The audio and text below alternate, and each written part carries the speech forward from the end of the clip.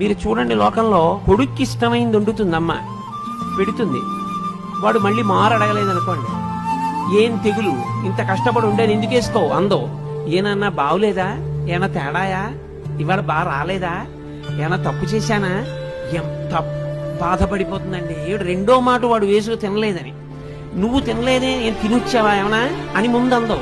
ఎరా రెండో మాట వేసుకోలేదు, బావులేదా ఇవాళ అంటే. అది అమ్మ.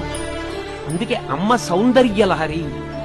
ఆమె ఆఖరి ఊపిరి పర్యంతము ఎప్పుడూ నీకు క్షేమాన్నే కోరుతుంది. తల్లికి తండ్రికి ఉన్న చిన్న తేడా కారణం చేత తల్లికి పెద్ద స్థానం ఇచ్చారు.